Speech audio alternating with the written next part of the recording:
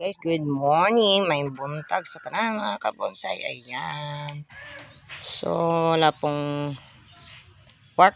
work today ang aking asawa. So, nag-workshop siya. Nag-defoliate sa kanyang materialis. Fusing po yan guys na Ficus. Ayan. Ito po sa garden. Ayan. Ito po kami sa garden ngayon. Good morning, good morning. Ayan. So guys, dito tayo banda. Ayan. Mga materials natin. Ito. Tugas. Ayan. Ayan. Ito pa ito gas.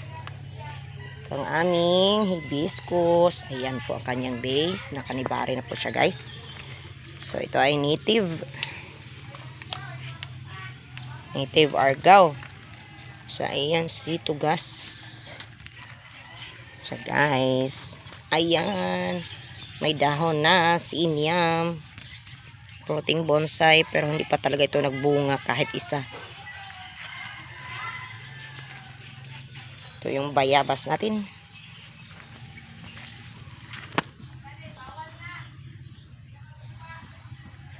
Yan siya guys, ang ating fusing.